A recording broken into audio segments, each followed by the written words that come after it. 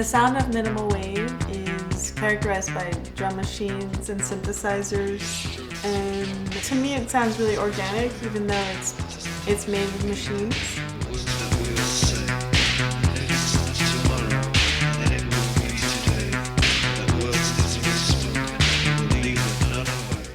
There wasn't really the genre of minimal wave until a couple of years ago.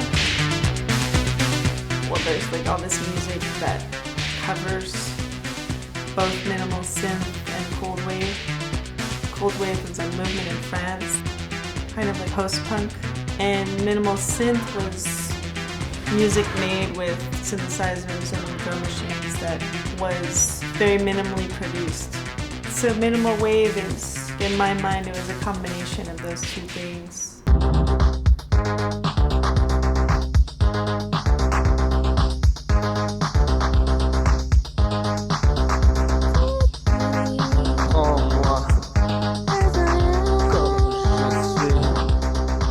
In the minimal wave genre, we're mostly active between 79 and 86. And then the technology changed. MIDI was introduced and the sounds changed and a lot of music became more formulaic. I do a radio show on East Village Radio that I've been doing since 2003. I was one of the founding members there and I used to manage the station, so I was there 24/7. And when we started, it was a pirate radio station.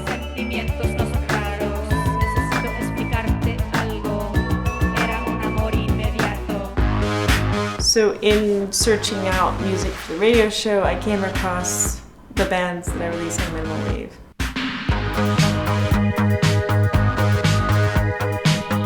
When I first started, it was only going to be a web project, so it was going to be an archive of all these bands that existed that were forgotten bands. But there was a lot of talent there that had been overlooked. I was DJing at a bar in Brooklyn on Broadway, and I was playing a lot of minimal wave stuff that hadn't come out yet.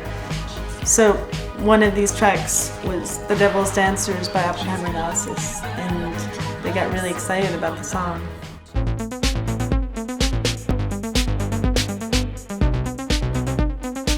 So at that point I was like, okay, this has to be more than an archive, this has to be a label, this has to the music has to get out there so people can hear the music and learn about it.